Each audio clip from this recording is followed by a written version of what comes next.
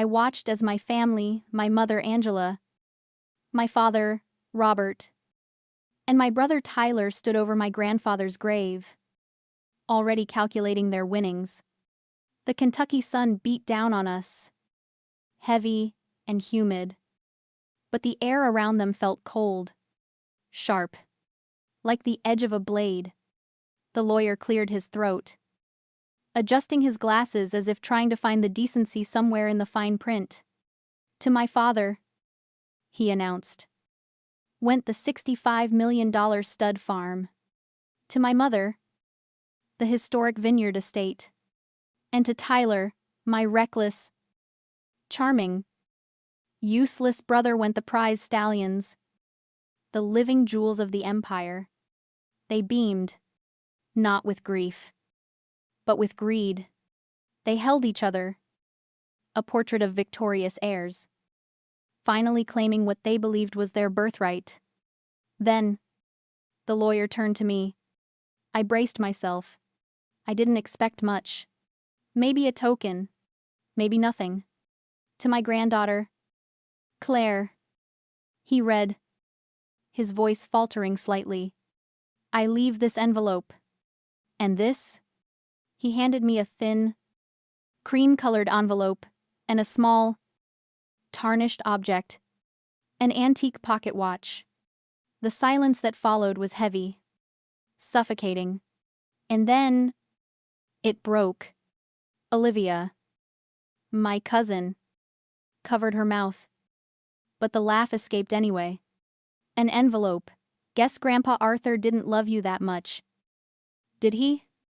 My mother didn't scold her. My father didn't look at me. Tyler just smirked. Already texting someone. Probably his bookie. I looked down at the watch in my hand. It was old. Heavy. The metal was cool against my palm. I didn't cry. I didn't scream. I just stared at them, etching this moment into my memory. The laughter, the dismissal, the absolute certainty that I was nothing to them. Drop a comment and let me know where you're listening from and what time it is for you right now.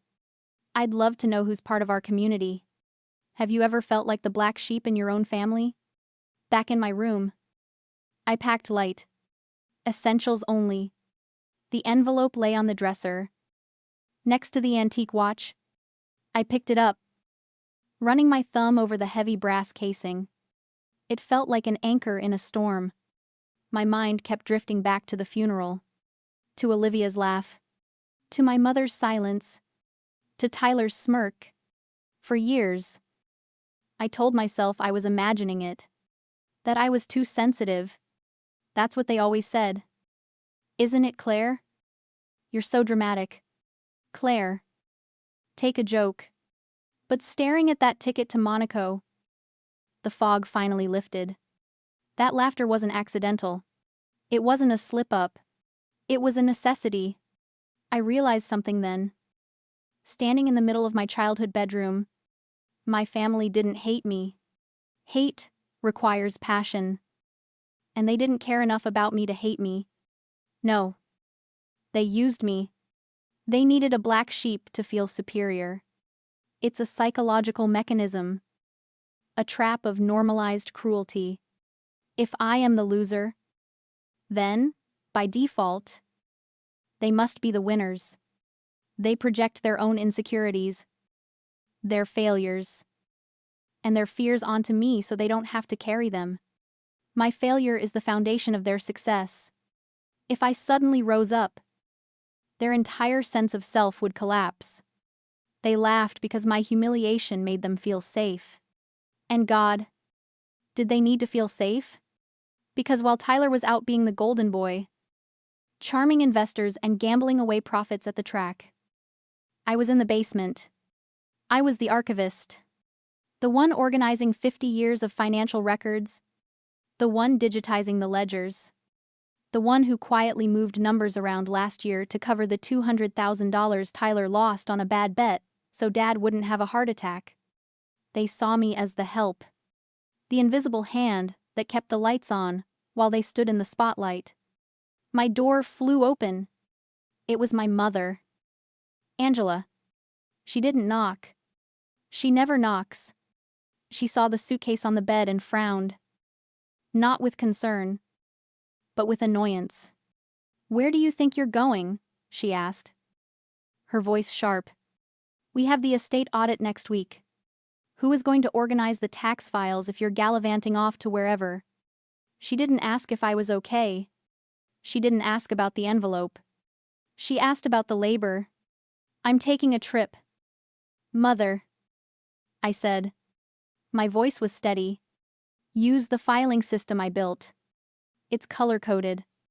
This is incredibly selfish." "Claire," she snapped, crossing her arms. "Your brother is overwhelmed with the transition. He needs support. Not abandonment.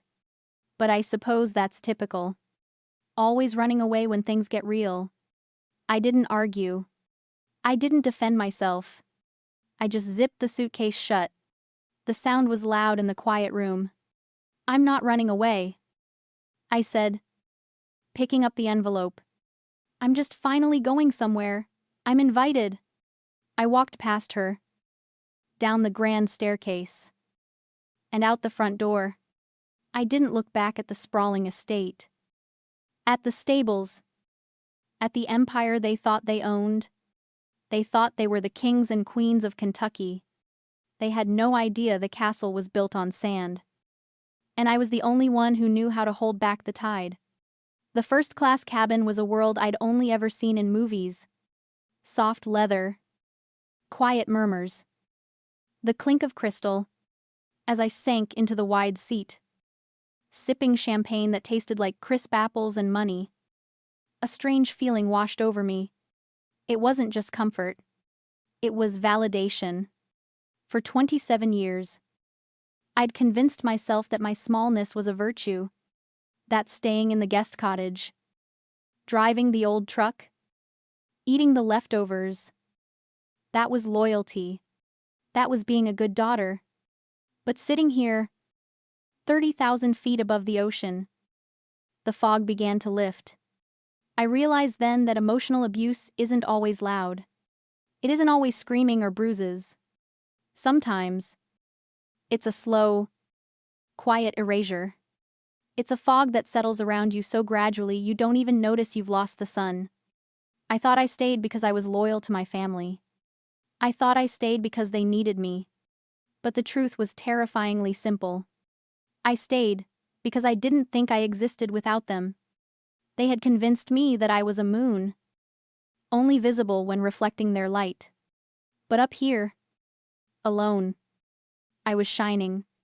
I landed in Monaco as the sun was setting, painting the Mediterranean in shades of violet and gold. I expected a taxi. Instead, a sleek black car waited on the tarmac. A driver in a sharp suit stood beside it, holding a sign. It didn't say Claire. It said, "Ma'am, the prince wants to see you." My heart hammered against my ribs. Ma'am? Not girl. Not, "Hey, you." Not Claire. "Grab that file." "Ma'am, I'm Claire," I said, my voice sounding stronger than I felt. "Welcome to Monaco." "Ms.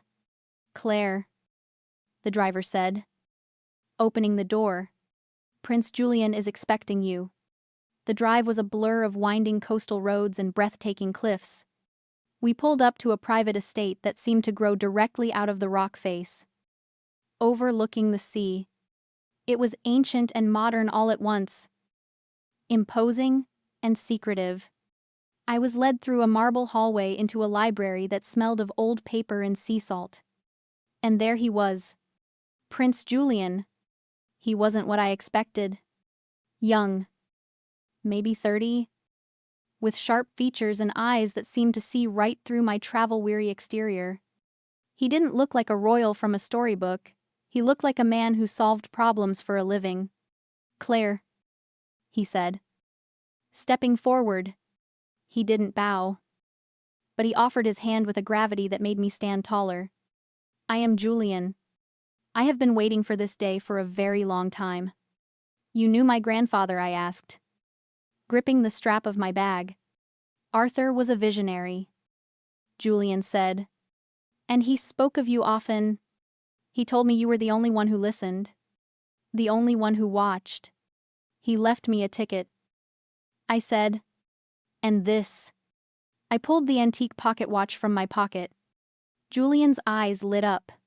Ah, the key. It's a watch, I said. It is an authenticator, he corrected. Please. He gestured to a large, ornate desk. On it sat a sleek laptop. He held out his hand for the watch. I hesitated, then gave it to him. He turned it over, pressed a sequence of hidden latches on the back, and the casing popped open to reveal not gears, but a complex engraving of numbers and a small chip. He scanned it. The laptop screen flared to life. Claire, Julian said, turning the screen toward me. Your grandfather did not leave you a token. He left you the Sovereign Holding Group. I stared at the screen. Numbers. So many numbers. Assets. Real estate. But one line item caught my eye. That's my family's estate, I whispered. The vineyard. The farm. Yes, Julian said calmly. Technically, your parents inherited the land, but the Sovereign Holding Group owns the debt. All of it. Every mortgage. Every loan. Every credit line your father took out to cover Tyler's mistakes. It's all held here. He looked at me, his expression serious. They are living in a house of cards. Claire. And you. You are the wind. I sank into the chair. My family was broke. They were living on credit. Credit that I now controlled.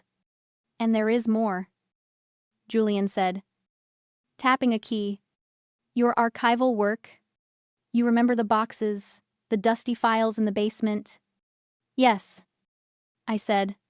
I organized them. You did more than organize. Julian said. You learned the language of the empire. You know where every dollar went. You know where the bodies are buried. Financially speaking, Arthur knew that if he gave you the money directly, they would take it. So he gave you the knowledge. He gave you the map. I looked at the watch. Then at the screen. Then at Julian. The archivist was gone. The sovereign had arrived. So, I said, my voice steady, cold. I own them. You own the debt, Julian corrected. What you do with it, that is up to you. I returned to Kentucky with $1 billion secret in my pocket and a plan in my heart. The estate looked the same, the rolling bluegrass, the white fences, the towering oak trees, but it felt different. It felt like a foreclosure waiting to happen. I walked into the main house, expecting a confrontation. Instead, I walked into chaos. My mother, Angela, was barking orders at a team of florists. My father, Robert, was pacing the hallway, shouting into his phone about liquidity. And Tyler, my brother, was nowhere to be found, likely sleeping off a hangover or hiding from his mounting debts. They were hosting a gala, a desperation move. The plan was simple: auction off breeding shares in Apollo, the prize stallion Tyler had inherited. Apollo was a legend, a glossy, muscular beast worth millions on paper. If they sold enough shares, they could cover the interest payments on the loans they didn't know I owned. My mother spotted me. She didn't ask about Monaco. She didn't ask why I came back. She just looked relieved to see a spare set of hands. Thank God, she snapped, thrusting a bundle of black fabric at me. One of the servers called in sick. Put this on. We have investors coming from Dubai and London. Try not to embarrass us. An apron. She was handing me a server's apron. You want me to serve drinks? I asked, my voice flat. I want you to be useful. Claire, she said, turning back to the flowers. For once, this night determines our future. Just blend in. I took the apron. I didn't fight. I didn't throw it in her face. I tied it around my waist, the knot tight against my spine. Blend in. That had been my survival strategy for 27 years. But tonight, it wasn't a defense mechanism. It was camouflage. While the caterers set up the champagne tower, I slipped away to the one place nobody in this family ever visited, the archives. The basement office was exactly as I'd left it. Stacks of ledgers, rows of filing cabinets. The smell of dust and old paper was comforting. This was my domain. They thought I just filed receipts down here. They didn't realize that in an empire built on bloodlines and breeding rights, the paperwork was the power. I went straight to the veterinary logs. I knew where my father hid the real reports behind the tax records from 1998. I pulled the file for Apollo. I flipped past the glossy promotional photos, past the fake pedigree charts Tyler used to woo investors. I found the clinical report dated 3 weeks ago. The one signed by the estate's private vet. Subject Apollo. Reproductive analysis, non-viable. Motility, 0%. Diagnosis sterile. I stared at the paper. The words seemed to vibrate. Sterile. Apollo wasn't a prize stallion. He was a very expensive lawn ornament. He couldn't breed. He couldn't produce heirs. And my family knew it. There was a handwritten note in the margin in my father's jagged scrawl. Suppress this. Sell the shares first. We claim bad luck later. Fraud. It wasn't just incompetence anymore. It was criminal fraud. They were about to sell millions of dollars in shares for a horse that couldn't deliver, knowing full well they were robbing their investors. But there was another document in the file. A transfer deed. Dated 5 years ago. Signed by grandfather Arthur. I read it, and a cold smile touched my lips. Arthur had known. He had suspected the genetic weakness in that line years ago. The deed confirmed that he had transferred the true genetic stock, the mares carrying the viable bloodline, into a separate holding entity. Sovereign Holding Group. My family didn't just inherit a sterile horse. They inherited a hollow shell. I owned the real horses. I owned the future of this farm. And they were upstairs right now, putting on tuxedos and gowns, preparing to sell a lie to the wealthiest people in the equestrian world. I closed the file and tucked the documents into the waistband of my apron. Right against my back. I walked back upstairs to the kitchen. I picked up a tray of champagne flutes. The crystal clinked softly. A musical sound. Claire Tyler shouted from the doorway, looking dashing in his tuxedo, his eyes bright with manic energy. Get those drinks out there. The sharks are circling. Right away. Sir, I said. He didn't hear the mockery in my voice. He didn't see the predator standing right in front of him. He thought he was the shark. He had no idea he was just the bait. The auction began under a tent of white silk, illuminated by chandeliers that cost more than my education. I moved through the crowd with my tray. Invisible. I was just a pair of hands offering champagne. A uniform in the periphery of their greed. Tyler stood on the podium next to Apollo. The horse looked magnificent, unaware that he was a biological dead end. Ladies and gentlemen, Tyler announced, his voice booming with unearned confidence. You aren't just buying shares in a horse. You are buying a legacy. Apollo is the future of Kentucky racing. The bidding started at $50,000 a share. It jumped to 75. Then, 100. I watched my father, Robert, by the bar. He was sweating. Despite the cool evening air, he was doing the math in his head, realizing that if the bidding went high enough, He might survive another month without telling anyone he was broke. My mother, Angela, was holding court near the front, glowing with the adoration of the crowd. They were selling a lie, and they were getting away with it. I checked my watch. The antique pocket watch Grandfather Arthur had left me. It was 8 p.m. Sold to the gentleman in the front row for $150,000, the auctioneer shouted. Next lot. And then the wind changed. A low thrumming sound started in the distance, vibrating in the chest before it registered in the ears. It grew louder, a rhythmic chopping that drowned out the auctioneer's patter. The white silk of the tent began to ripple. Guests looked around, confused. My father stepped out from the tent, looking up at the night sky. A helicopter cresting the tree line. It was sleek, black, and flying low. It didn't circle. It descended straight toward the polo field, its searchlight cutting through the darkness like a spear. The downdraft hit the tent. Glasses shattered. Ladies clutched their hats. The meticulously arranged floral centerpieces toppled over. "What is going on?" my mother shrieked. Her perfect composure cracking. "Security. Get them out of here." The helicopter touched down, the engines whining down to a high-pitched scream. The door opened. Prince Julian stepped out. He was flanked by 3 men in dark suits, carrying briefcases. He didn't look at the chaos. He walked straight toward the podium, his stride purposeful, his expression unreadable. My father ran to intercept him. "This is private property, you can't land here." Julian didn't even slow down. He signaled to one of the lawyers, who handed my father a document. Robert stopped cold, staring at the paper.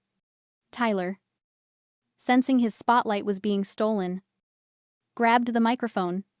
"Hey, who do you think you are? We're in the middle of a sale." "There is no sale," Julian said. His voice wasn't loud, but it carried perfectly. "This asset is frozen, as are all assets on this estate." The crowd murmured. The investors looked nervous. Frozen Angela laughed. A high, nervous sound. "Don't be ridiculous. We own this land." "Who are you?" Julian ignored her. He looked around the tent until his eyes locked on me. I was standing by the champagne tower. I set the tray down on a table. The glass made a sharp clink. I reached behind my back and untied the apron. It fell to the grass. I walked through the crowd. People parted for me, not because they recognized me, but because I was walking with a purpose they hadn't seen before. I wasn't the archivist anymore. I wasn't the daughter in the guest cottage.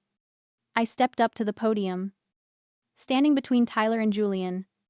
Claire Tyler whispered, confused. "What are you doing? Get back to work." "I am working," I said. I pulled the veterinary report from my waistband and slapped it onto the podium in front of the auctioneer. "Read the highlighted section," I commanded. The auctioneer, a man who had known my family for decades, looked down. His face went pale. "Motility, 0%. Diagnosis, sterile." The silence was absolute. "You're selling a fraud." "Tyler," I said, my voice projecting to the back of the tent. "And you," I turned to my father, "are selling assets you don't own to pay debts you can't service." "Claire, stop," my father hissed. Stepping forward, "We can talk about this. We're done talking," I said. "You defaulted on the bridge loan 4 months ago. You missed the balloon payment last week. The grace period ended tonight at 8 p.m. How do you know that my mother demanded? Those are private records." I turned to Julian. He stepped forward. And in front of the entire elite of Lexington, In front of the investors and the neighbors and the people who had laughed at me at the funeral. He bowed. It wasn't a mocking bow. It was a bow of deference. "Ladies and gentlemen," Julian said, gesturing to me, "I am merely the asset manager for the Sovereign Holding Group. This is the owner." The investors fled. There is no faster way to clear a room of wealthy people than the smell of a federal investigation. Within 10 minutes, the white tent was empty, save for the abandoned champagne glasses and my family, standing in the wreckage of their reputation. Tyler sat on the edge of the stage, head in his hands. The reality of the fraud charges was finally sinking in. My mother was sobbing quietly into a napkin. My father just stared at the foreclosure notice Julian had handed him, his hands shaking. "You ruined us," my father whispered. "You burned it all down." "I didn't burn anything," I said.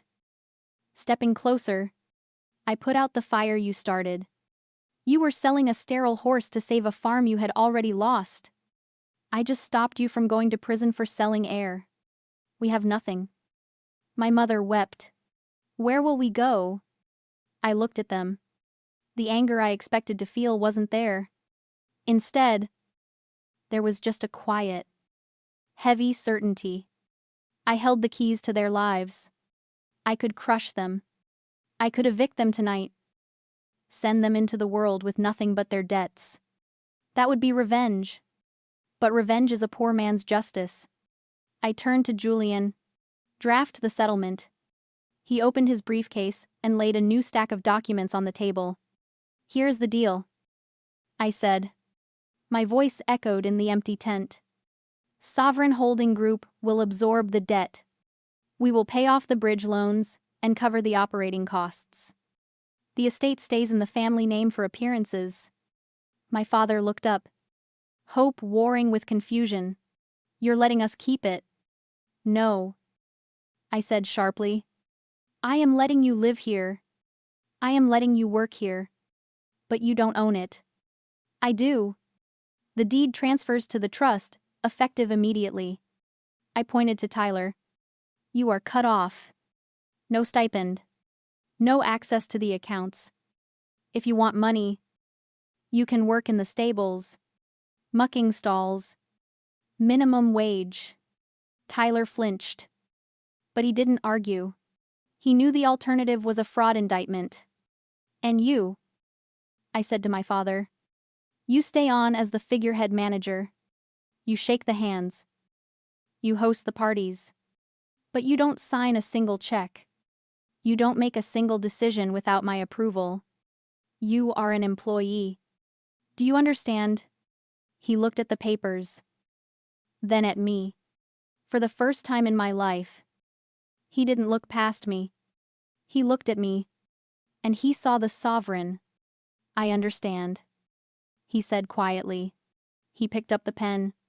As they signed their lives away, I realized something profound. There is a difference between the justice of the executioner and the justice of the sower. The executioner cuts heads, the sower prunes weeds. If I had destroyed them, I would have lost the farm, the legacy, the history that I loved.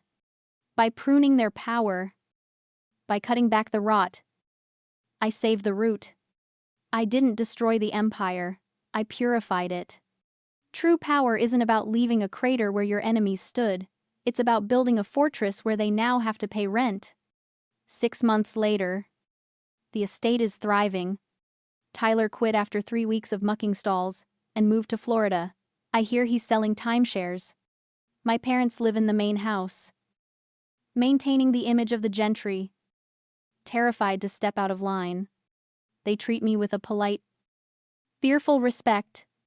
But I don't live there. I live in a townhouse in Lexington, near the university. I use the dividends from the first quarter to establish the Eleanor Grant named after the grandmother who taught me to read to fund archivists and historians dedicated to preserving the truth in forgotten places. I still visit the archives in the basement every Sunday. I sit at my old desk, surrounded by the smell of dust and paper. I run my thumb over the antique pocket watch. They still call me the archivist in town, whispers. They don't know. They see a quiet girl in a cardigan. They don't see the invisible crown. And that is exactly how I like it. Because the loudest person in the room is usually the one with the most to lose. But the one holding the keys, she never has to raise her voice. If this story of reclaiming your worth resonated with you, please hit that like button and subscribe. Remember, true power isn't about being the loudest in the room, it's about holding the keys. Thanks for watching.